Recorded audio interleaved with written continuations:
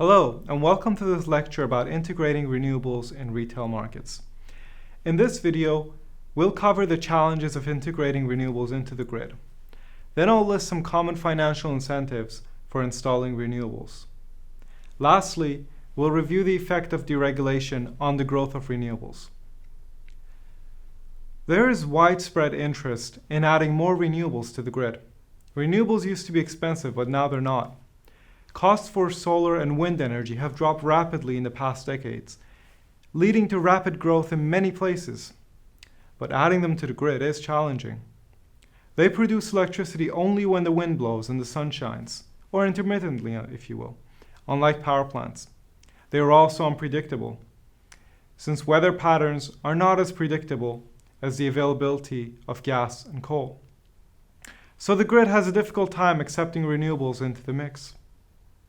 Prior lectures talked a bit about wholesale markets and what happens there. In retail markets, renewables impact the distribution grid, mainly by causing issues for cost recovery and worsening grid peaks. So policymakers try to promote renewables in many different ways. Some directly impact the financial case for installing renewables. Upfront subsidies are those that immediately reduce the capital investment cost of renewables, such as solar panels or wind turbines. These resources usually have very high upfront costs and little maintenance costs. So this kind of subsidy goes a long way in making the financial case for electricity users. Tax rebates are reductions on taxes given to those who choose to install renewables. They are usually based on the size of the installation and its cost, and provide also a lump sum subsidy shortly after an installation is made. Feed-in tariffs boost the otherwise low rates that electricity users would get for the electricity fed into the grid by their renewables. With these high rates, renewables owners get subsidized slowly, over time, for their initial investment. Indirect incentives also help the financial case for renewables, but indirectly. Carbon taxes, for example, increase the cost of most non-renewable generation units, causing renewables to be overall more competitive. The returns from these carbon taxes can also be used partially to subsidize renewable installations in a direct way, so they can be combined with a direct incentive.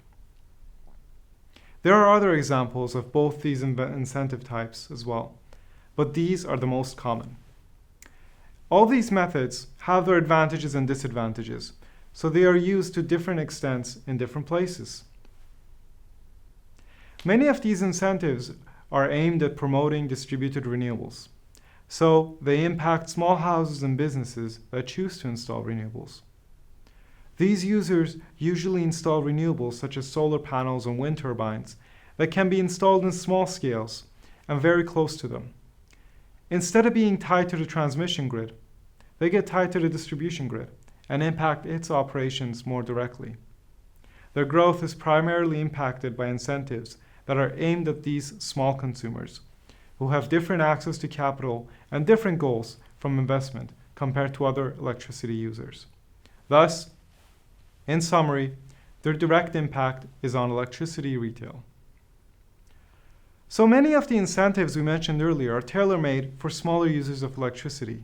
These incentives may put limits on who can apply, private persons, for example, and on how large of a system they can support, among others.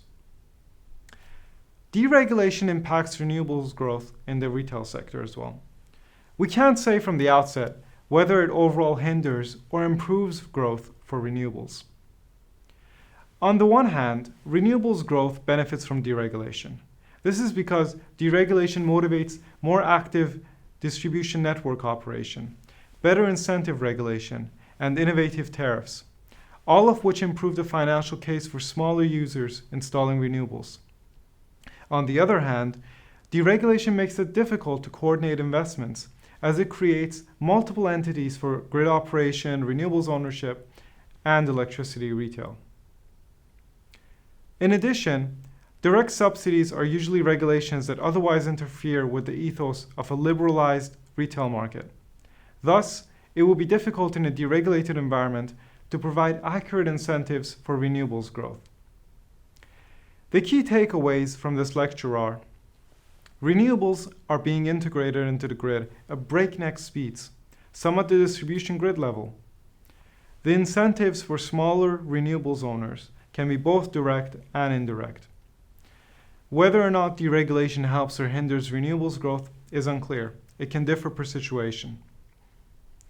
To learn more about these topics and more, I recommend these papers. The Berger et al. Paper talks a bit about what deregulation would mean for renewables uptakes. The Newberry et al. Paper reviews deregulation's impact on renewables growth in a European context. The Necochea paper reviews deregulation in the power sector in general.